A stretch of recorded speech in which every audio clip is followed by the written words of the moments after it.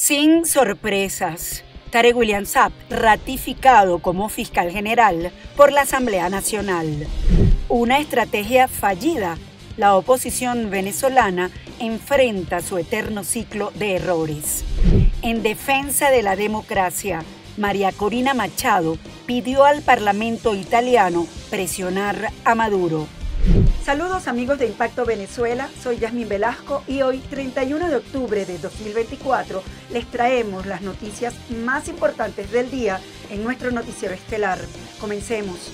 La Asamblea Nacional anunció la designación de los nuevos miembros del Poder Ciudadano, confirmando a Tarek William Saab en el cargo de fiscal general, que lo mantiene en la supervisión del sistema de justicia de Venezuela, el cual ha sido duramente criticado en el contexto de violación a los derechos humanos en el país y en la toma de decisiones presuntamente favorables para el gobierno de Nicolás Maduro. Génesis Pérez nos amplía esta información. La Asamblea Nacional de Venezuela ratificó a Tarek William Saab en el cargo de fiscal general de la República por 7 años más y designó a Alfredo Ruiz Angulo como defensor del pueblo y a Gustavo Vizcaíno Gil como Contralor General de la República. Las decisiones fueron producto de una exhaustiva evaluación de los antecedentes y méritos de los candidatos, liderada por la Comisión Especial y avalada por el Comité de Postulaciones. El acto de juramentación fue presidido por Jorge Rodríguez, presidente del Parlamento, y se realizó de forma personalizada, marcando así el inicio de las nuevas gestiones de estas figuras en el poder moral de Venezuela. Las honorables diputadas y los honorables diputados que estén a favor de la designación del ciudadano doctor Tarek William Saab Halabi como fiscal general de la República, sírvanse manifestarlo con la señal de costumbre. Queda aprobado por mayoría calificada. Se designa en consecuencia al ciudadano doctor Tarek William Saab Halabi como fiscal general de la República. No obstante, la gestión de Saab ha estado marcada por acusaciones de violación de derechos humanos y persecución a opositores, según señalan organizaciones de derechos humanos. Saab generó controversia recientemente al acusar al presidente brasileño Luis Ignacio Lula da Silva de responder a intereses de Estados Unidos por pedir transparencia en las elecciones venezolanas. Esto tensionó las relaciones diplomáticas y llevó a la exclusión de Venezuela del bloque BRICS, pese a los intentos del gobierno de Maduro de distanciarse de las declaraciones de Saab. Hay unos movimientos interesantes dentro de la coalición chavista, pero lo que parece es que el Ejecutivo Nacional se está lavando las manos y se está asegurando de poner a los más leales. Pero lo que busca Nicolás Maduro, el Ejecutivo Nacional, con los movimientos que está haciendo para este año, ya es ni siquiera lealtad. Busca algo más, busca poner a sus incondicionales al frente. Por su parte, el presidente Maduro respalda su gestión, resaltando que Saab es un hombre de justicia con gran credibilidad. Con su reciente ratificación, continuará en su rol controvertido y vigilado en la Fiscalía General, en un contexto donde la división política y la crisis de derechos humanos en Venezuela siguen siendo temas críticos. Génesis Pérez para Impacto Venezuela. Especialistas en transiciones y negociaciones políticas afirman que la oposición venezolana liderada por María Corina Machado falló nuevamente en al menos 3 de las 4 estrategias fundamentales para generar el quiebre de un sistema autoritario con tendencias dictatoriales, en donde la participación electoral fue la única de las metas trazadas cumplidas al 100%, pero sin garantía de que sea suficiente para salir del madurismo. Los detalles los tiene Joan Álvarez. A pesar de no ser información de manejo público, las estrategias que debió cumplir la oposición para aumentar las posibilidades de una transición política aparentemente no han sido cumplidas en su totalidad, en donde la participación electoral del 28 de julio, si bien parecía ser la más importante, pudiera no ser suficiente para salir del gobierno de Nicolás Maduro. Pero se sabe que en círculos privados se discutían no menos de 4 componentes de la estrategia y 3 de ellos fallaron. Es decir, el que funciona es la participación electoral masiva. Por eso es que mal podría decirse que ese componente nos sirvió. No. Una estrategia, como siempre lo he explicado durante años, pero como nadie escucha o se escucha poco, sí, una transición a la democracia es el fruto de un encadenamiento de variables.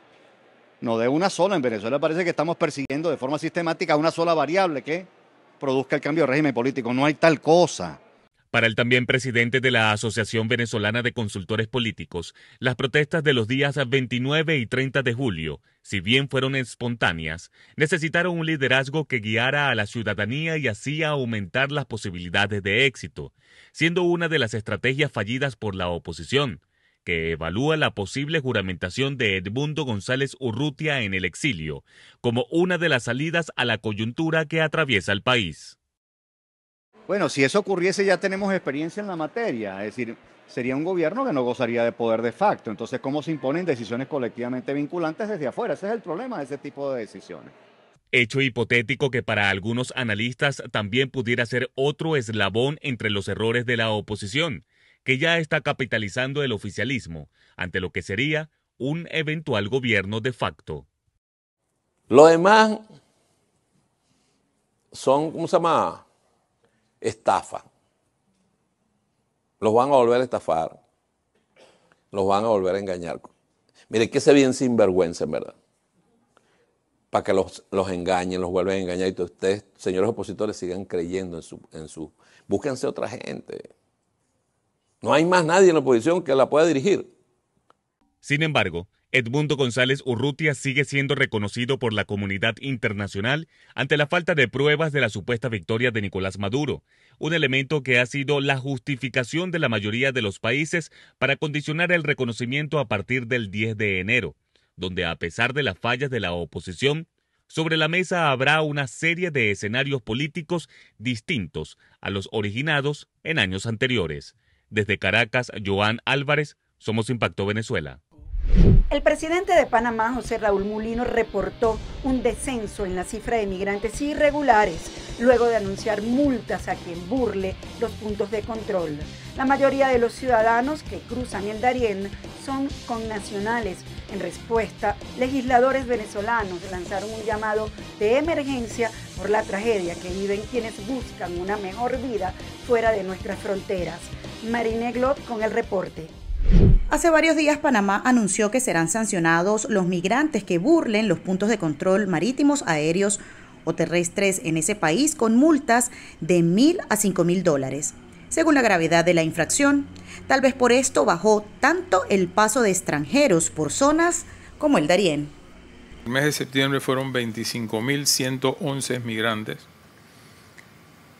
y al día de hoy estamos en 21.542 más o menos. La cifra ayer por la tarde, a lo mejor han subido unos cuantos con los del tema, los ingresos del día. Pero creo que vamos a quedar o tabla o un poquito más abajo. Para que tengan una idea, en lo que va del año, venezolanos suman 96.813 personas. Legisladores venezolanos lanzaron un grito de ayuda para que el Poder Central establezca políticas acertadas que frene el éxodo de almas y talentos. De verdad que es una tragedia la que están viviendo todos los connacionales. El gobierno nacional tiene que, ¿verdad?, revisar todas las políticas con respecto a los inmigrantes. Esto no puede seguir así. Están sometidos a la calamidad más horrenda que pudiera someterse un ser humano, caminando kilómetros y kilómetros a la intemperie del agua, de la luz, de los páramos, de los atracos a cual son sometidos. Amigos de Impacto Venezuela, las autoridades colombianas mantienen activas las acciones en defensa de la soberanía en los pasos ilegales de la frontera con Venezuela. Pero los esfuerzos no son suficientes para impedir el paso irregular de migrantes al vecino país. Marine Glot, Somos Impacto Venezuela. Las peores inundaciones en más de medio siglo en España dejaron alrededor de 150 muertos, según un balance divulgado este jueves por las autoridades. Entre los fallecidos se encuentra una mujer venezolana junto a su bebé de 3 meses de nacida, al quedar atrapadas en su vehículo en Payorta, Valencia. La víctima deja a otros 2 hijos con quienes había emigrado hace 5 años. Los cuerpos de rescate continúan buscando víctimas en poblaciones arrasadas por el agua y el lodo. España sigue buscando víctimas de las peores inundaciones registradas en más de 50 años. El presidente del gobierno, Pedro Sánchez, declaró 3 días de luto nacional y en la mañana del jueves llegó a Valencia, en el este del país, para visitar el Centro de Coordinación de las Tareas de Rescate. El último balance de víctimas reporta más de 150 muertos, la gran mayoría de ellos en la Comunidad Valenciana, y las autoridades reconocieron que la cifra va a aumentar por la cantidad de desaparecidos. A la ciudadanía que vive en la provincia de Valencia y también de Castellón, que por favor la Dana continúa y que por favor se queden en casa, que no salgan, que se queden en casa, que atiendan a todas las llamadas de los servicios de emergencia. Según los servicios de emergencia, miles de personas continuaban privadas de electricidad en la Comunidad Valenciana. Muchas carreteras continúan cortadas, algunas por la acumulación de vehículos arrastrados por el agua. Según la Agencia Estatal de Meteorología, entre la noche del martes y la madrugada del miércoles, varias poblaciones de la región recibieron unos 300 milímetros de lluvias. El máximo se registró en el pequeño pueblo de Chiva, con 491 milímetros, el equivalente a un año de precipitaciones. La prensa española, que describe el episodio como las inundaciones del siglo, empieza a cuestionar la reacción de las autoridades. El mensaje de alerta del Servicio de Protección Civil se envió el martes a las 20 horas, pese a que la Agencia de Meteorología había declarado la alerta roja desde la mañana.